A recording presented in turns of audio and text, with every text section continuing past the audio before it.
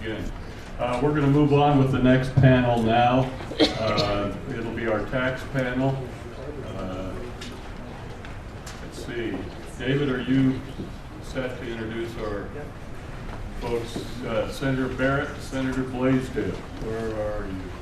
There's Senator Barrett. One from your right. And you're from the right. Okay. Yeah, David, take over.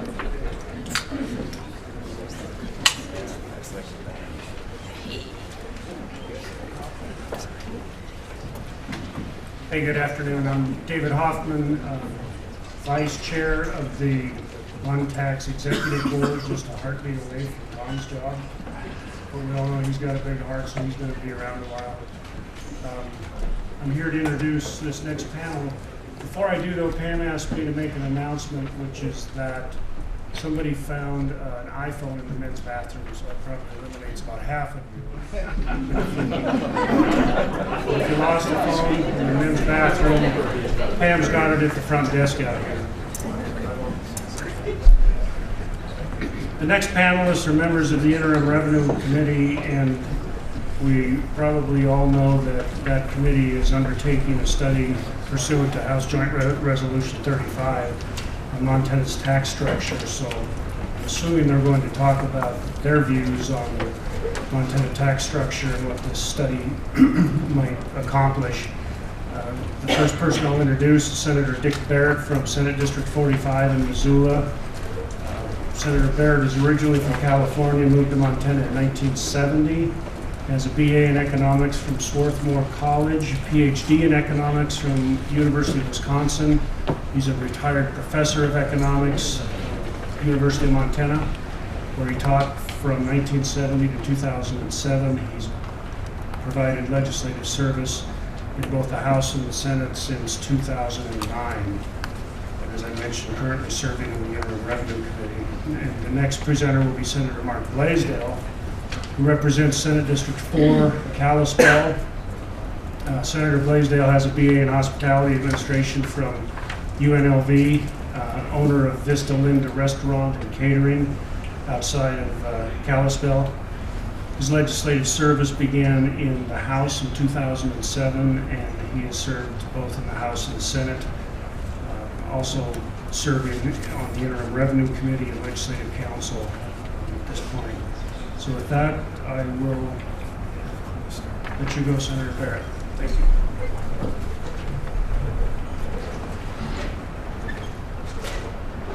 So Mark and I are here to talk to you today about this interim study, HJ 35 study of the Montana tax system. I feel a little bit strange because there's an awful lot of faces in the room of people who are involved in doing that study.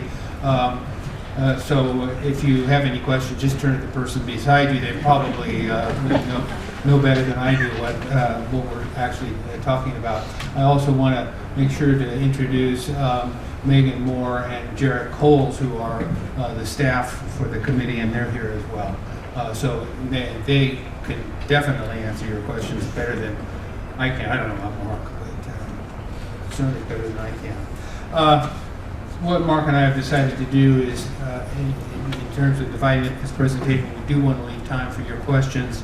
I'm going to give you some background on what this study is about, what we've done so far, how the committee has operated, and then he's going to give you a roadmap of where we're going to go from here.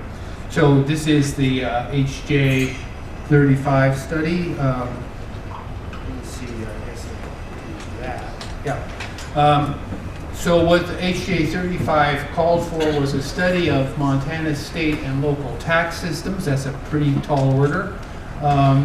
And it specified that there would be a subcommittee that included non-legislative members that would engage in this study and make recommendations on whether and how to revise the current tax system or tax structure if indeed it turned out that that was something we wanted to do.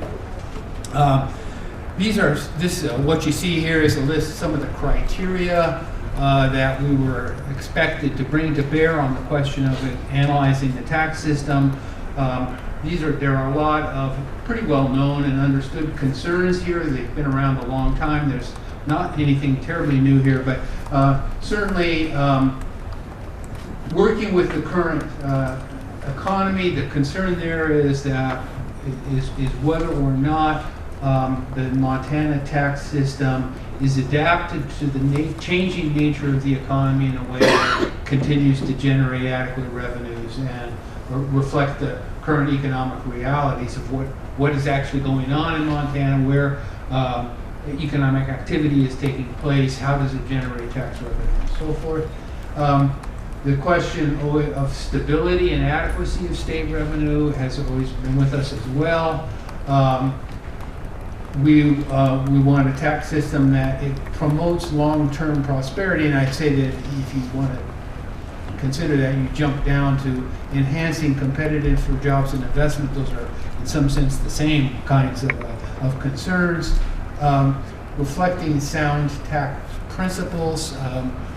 We can talk a lot about what sound tax principles are, but obviously you do want your tax system to be sound. And then ensuring fairness and equity, both horizontally and vertically. Horizontally meaning that similarly situated taxpayers are treated similarly.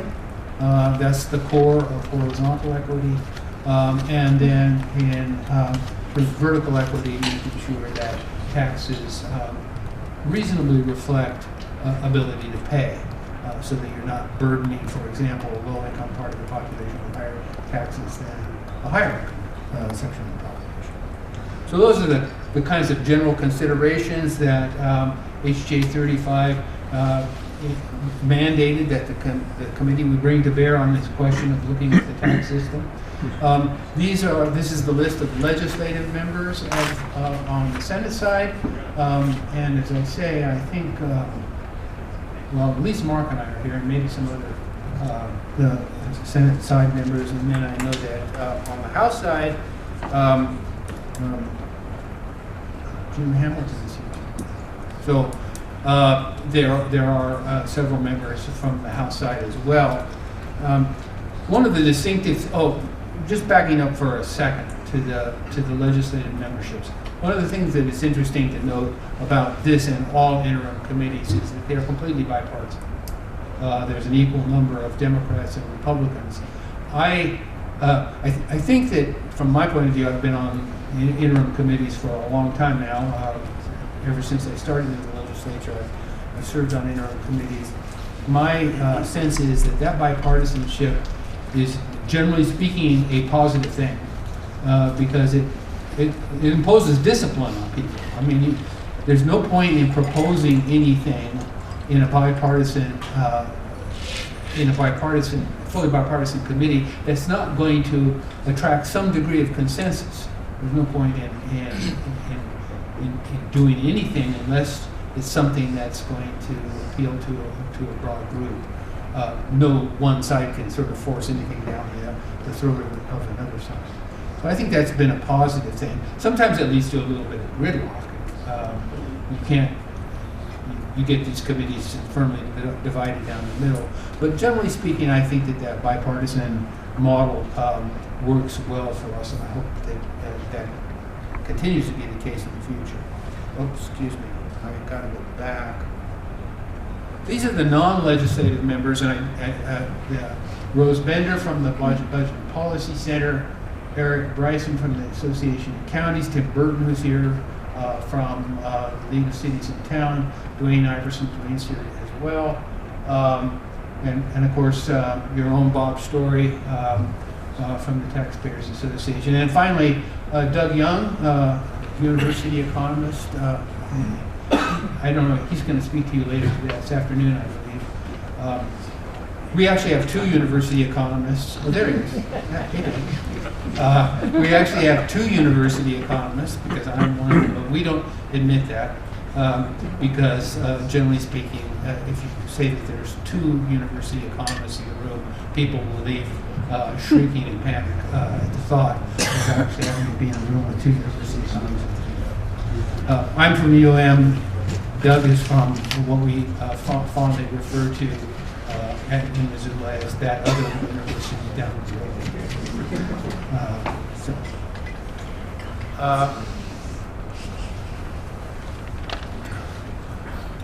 I think I'm going to leave tomorrow. What I'm going to tell you now is what we have done. If you look back at what we were charged with doing, you can see that it is a pretty monumental task. And so one of the first things we had to do is sort of wrestle this thing under control. We were like a group of blind people groping an elephant and trying to figure out what it was. And so we started out by examining the tax system from the point of view of some tax system evaluation criteria from the Council of State Governments. And those were similar kinds of criteria to the ones that I projected up here before. And I think that, what our initial effort was to simply look at all of the taxes and consider them as the various kinds of taxes, at least the major ones, and consider them in the light of those kinds of criteria. I think that exercise was useful because it began to focus our attention on what was important and what was probably not important, what kinds of taxes we wanted to pay attention to, what kinds of issues we wanted to pay attention to, what criteria seemed particularly important and what didn't, because we had to pare this thing down. I mean, if you tried to look at every single tax in terms of every single criteria and evaluate it and study it, you would never get the job done. And so we needed to pare it down, and so that our next effort, after looking at those CSG, Council of State Government, or NSEL, I guess it was, with criteria, our next effort was to try and set some priorities, define the issues of importance, and I think we substantially accomplished that at our last meeting. I think we have identified the issues that we are going to concentrate on in what remains in the interim, and that's where Mark's going to take over and explain exactly what it is that we're going to do from now on.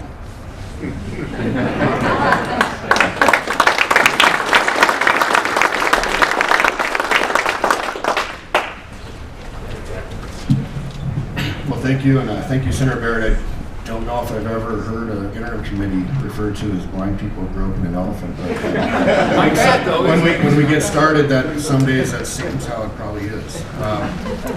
I'd be remiss as well to not say thank you to our staff, Megan Moore and Derek Coles, and the Fiscal Division, the Department of Revenue staff, as well as we work through this major tax study and so forth. There's a lot there to work through.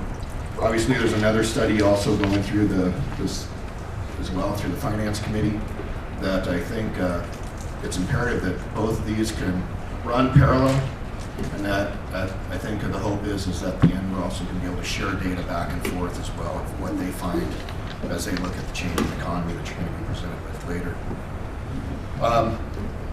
So in this last committee meeting, we took some time and went through and we broke off into 3 different groups and tried to kind of get a smaller format of, first of all, discuss of kind of what do we want to look at in that. And I think the one that came out most was kind of balance and equity within these different tax systems and so forth, and really visit that. A lot of these haven't been visited. We've nibbled around the edges a lot. We also wanted to look at compliance, and not only how is that working, but if there is non-compliance, how much is it going to cost to those measures if you wanted to change those, because sometimes that would cost more than what you were going to collect. And advocacy. I mean, obviously with the last special session, I think a lot of this came up to the radar of advocacy of these tax types and where the money's coming from, and how impact of the economy and that it impacts each one of these different tax classes. So we went through all of that, and then we started kind of breaking it up, and obviously you can see through the revenue topics. we're basically going to look at the top 4, and we've broke those down to the next 4 meetings. In January, we're going to start with property taxes. And in our work groups, what we discussed a lot of is, one of the things that came out of 2 of the committees was just property tax literacy of the everyday taxpayer that's out there, understanding how the system works. And there's a lot of misinformation out there, and there's a lot that I think the public doesn't understand and how that works. I mean, obviously they see their own property tax bill, and they always enjoy it when they hear that somebody else is paying more. But in a lot of cases, when you especially look at industries and that are sitting in this room today, they're still paying that. It's just coming out of a different pocket on a different bill. And so we talked a lot about the different classes and also the tax rates and the very differing rates that are in all those classes and how they work through. And so I think those are a lot of things that we're going to be trying to work through in the January meeting. I think we only have 1 day, but so it's going to be a big task. Also, just the discussion of voted mills and non-voted mills, exemptions. Some of these new exemptions, we've actually put some sunset dates on those so that we revisit those. And how does that work at the local level? Targeted property tax relief, and those issues came up. And then the next one, we'll look at income taxes. And the things that came up there were income tax brackets. The corporate tax, obviously, there's always been a lot of variability in that. Senator Esma had a bill 2 sessions ago that changed some of that. I think we're still kind of waiting to see how that impacts that for the long term. And the income tax and individual income tax and corporate tax will be in March. And then in May, we're going to take a look at natural resources. Obviously, that's a very changing dynamic here in the state of Montana as things have changed. And in July, we with the effort of Mr. Bryson, that just said, look, we might as well discuss the elephant in the room, and that's sales tax and local option tax, irregardless of how anybody feels on that committee. But the discussion needs to be had so that it's not just coming forward when there's a bill during the session, that maybe that conversation and the data needs to come forward now. As far as what I see as coming out of this committee, interim committees are always tough. There's a lot of information compressed into very few days. And I think one of the biggest challenges, and that all of us recognize, is politics. We have a governor's election coming. We've got 7 people running right now. We're going to have a new governor coming next session. Irregardless of whether it's in the primary or the general, they're going to all have to make absolute statements on where they stand on certain tax provisions and certain items like that. And so it's going to be difficult to be able to put together a massive proposal coming up with the next legislative session. But I think what we can do is get a lot of data put together. Then with the leadership working with the governor's office and the department and everybody, much like the big bill took place back in the early 2000s and other bills, a major piece of legislation, you have to have more than just the legislative branch pushing to try to come up with solutions. So with that, I will sit down. I think the group that we have on there is very talented. I want to thank the public members that are willing to invest their time and effort into this. I think if we see low-hanging fruit and small issues that come forward, we'll be able to get those through. It's a great group of folks as legislators working on there as well that work together well, and I think we can really put some good things together. Thank you.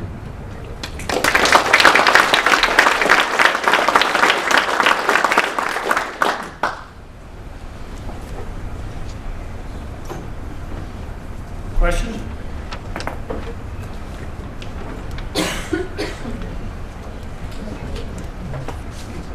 Representative Dunlop.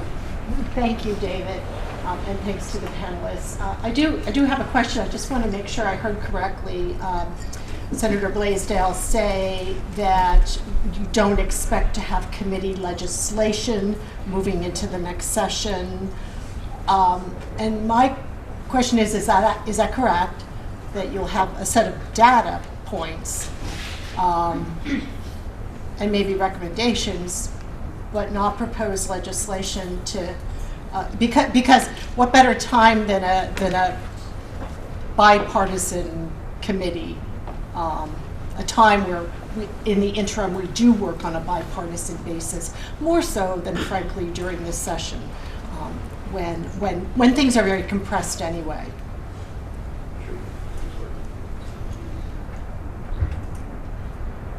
Well, I guess, and that's part of it. I think there will be some committee legislation. I do think some of it will be maybe smaller. To say that we're going to overhaul the entire tax system or rewrite all the tax laws, I think that's a pretty steep curve to say, especially with a brand new executive, to say 2 hours after he gets sworn in, he or she gets sworn into office, say, oh, by the way, we're going to rewrite the whole tax system.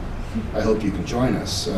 Because obviously they've had to make a lot of discussion statements in their campaigns, and they've had to make a lot of that as well. I think the interim committee is great to have a discussion, and I've been on committees that we've came up with a lot of great legislation.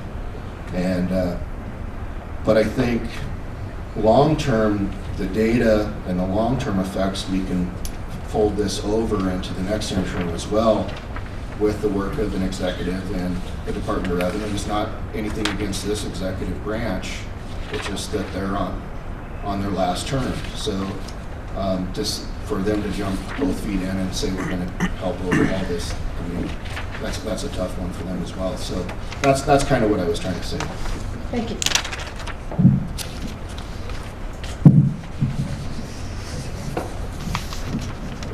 Great question. Thanks. Any other questions? All right, seeing none, with that, I'd like to thank Senator Barrett and Senator Blaisdell and present them with a token of the association's appreciation.